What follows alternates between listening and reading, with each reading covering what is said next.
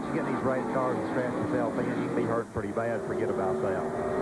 I was amazed, though, on Friday when I watched your qualifying show. I thought really that he would just perform well enough to get the car solidly in the field and then go rest, and that isn't what happened. Well, he did kind of get solid. Yeah, he did. Real solidly. Real solid. Letting the field go through and show you where your favorite driver is. Here's Todd Bodine in substitution of Kyle Petty, trying to work on Wally Dallenbach. And where are they? About 23rd position? Todd ran second in the Busch race here back in June. Second to Terry Labonte. That had a real good run. Did a great job. He and Terry Labonte ran side by side through the interloop where you are, Ned. Yeah, that still amazes me that they were able to do that. But they had to be a little bit of give there and not much take in that type of situation. Up ahead is Wally Dallenbach, who finished second here last year. He was driving the 22 car here last year. He's not a regular in the series, but turned it on for Watkins Glen. It's a rear bumper of Wally Dallenbach's Hayes car as he looks back at Todd Bodine. Sound like he spun out, didn't it? Sound like it. All right, Joe Nemechek and Ernie Irvan now are battling for 7th position. Uh-oh, Nemechek, some smoke on his car. When he went down to turn 1 a while ago, I saw him dive under Ernie Irvan in a car of smoke. I guess there's some other kind of problem. See Jeff Gort closing on the back bumper on Mark Martin. Joe Nemechek led 26 of the first 51 laps of the Busch Grand National race in June, though, so he's a pretty good road racer. Look at the damage on the 4 car. Yeah, I guess we can find somebody's rear bumper that matches that nose piece on the 4 car. It's probably the 7. Something just happened to the 81 car, Kenny Wallace, going down the front straightaway here.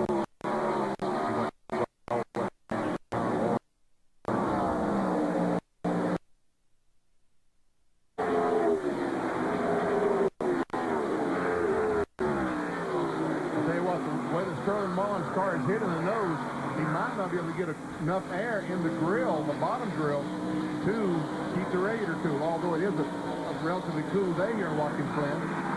Temperature is probably in the high 70s. Sterling's best finish here at Watkins Glen was back in 1993. He finished 6th. Butch Leitzinger and the Cartoon Network car is behind Sterling Harlan. 14th and 15th. Running first, Dale Earnhardt. And Rusty once again looking to the inside of Dale Jarrett, but Jarrett holds him off. He was almost there.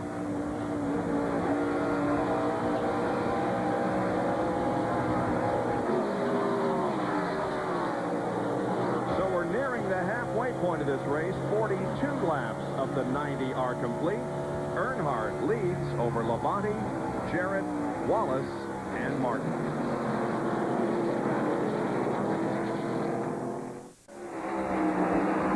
There's the interval, the lead that Dale Earnhardt has over Terry Labonte and the rest of...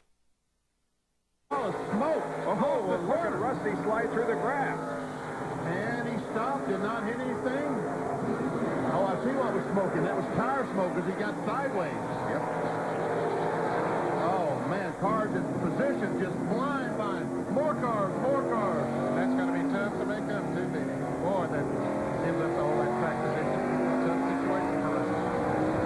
So he's going to lose about a dozen, 13, maybe 14 positions with that little slide off course.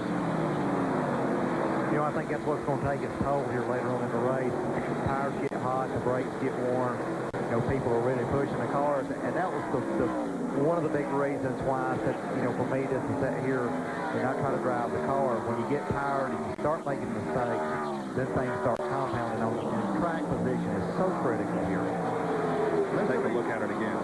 So we can tell what happened to Rusty Wallace. This is from his camera. Let's listen.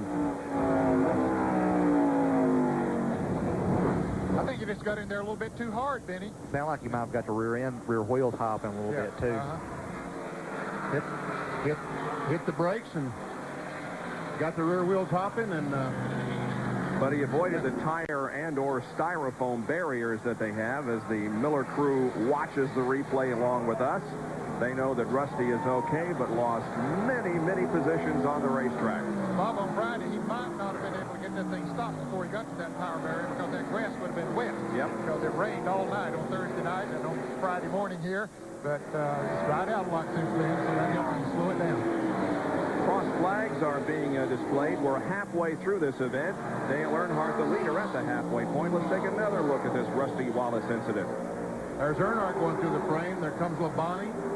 Wow, that's the right front tire I saw smoking. Left front. Left front tire, I'm sorry, as I saw smoking as he locked her up trying to get it woed.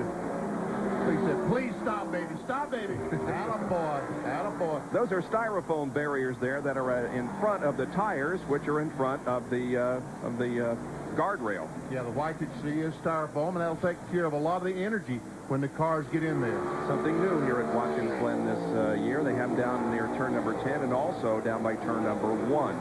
Well, see, Earnhardt's getting tired because he's opening up a little bit on Labonte now. He's about wore out. He's wore the field out. Yeah, he is.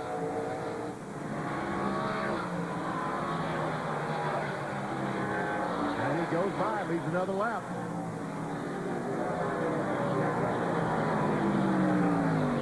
I think he's let it up now, Benny, that he can, he sewed up that most laps led. Or at least if he leads one more lap, he should be in that position, so that's 5 more bonus points. I believe that's correct, Ned. He has to lead one more lap to sew up those 5 bonus points.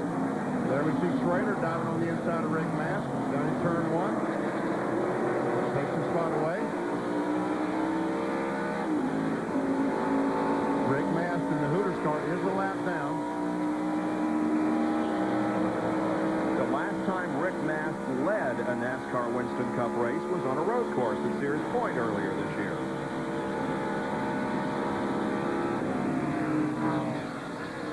There comes Bobby Labonte down towards you, Ned. Bobby, they did a lot of work on that Interstate Batteries car this morning. Jimmy Maycar told me to change the sway bar and a couple of springs and the motor and a few things. But got it going pretty good here today. Running 10th right now.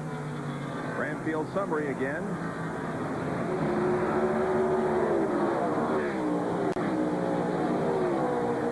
Earnhardt about to lock up the 5 bonus points for leading the most laps at Watkins Glen. Ernie Irvan off the pace on the front straightaway. The Atlas Texaco car came off turn 11, slowed, and we see Nemechek and Michael Waltrip get in by. Boy, he has had a hot streak going. He has earned more points in the last 6 races than any driver in NASCAR Winston Cup racing. He has a 3.5 average finish in the last 6 races, 6 straight top 5 finishes, and jumped from 16th to 7th in the points. Now looks like the car's going again. Yep. I don't know. Maybe he had an ignition problem and he changed boxes and the car's going. I'm sure we'll be able to find out from the crew what he's saying. Could be transmission, maybe having just a higher gear.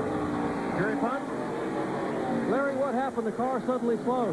Yeah, we lost 3rd gear. We got 2nd and 4th gear. Of course, 3rd gear is the primary gear here, so we're just going to have to watch his RPM, watch his temperature, and see what happens here. We had transmission trouble at Sears Point. We had another transmission failure yesterday, so we got to figure out what's causing it. Boy, this race has got that much tougher for Ernie Irvan. Now the road course is even tougher with no 3rd gear. And you see him going in that right-hander. He needed 3rd gear. He needed to downshift there for 3rd gear. Well, I saw the car wiggle a little bit, which meant he got in the corner a little bit harder than he wanted to. The other thing is going to be harder on brakes, too. Get this car woke down. Now you need to sign Bill Elliott up. He called that. That's right. Good job. Lucky shot. Ernie Irvan, the winner here at Watkins Glen back in 1991. He has 2 victories at Sears Point in 92 and 94. Up front, they remain basically the same as Earnhardt, Labonte, Jarrett, Martin, and Gordon. 48 out of 90 laps have been completed. Clock today on ESPN, the 1996 Great American Insurance Championship ATP Tour. It's the final match. And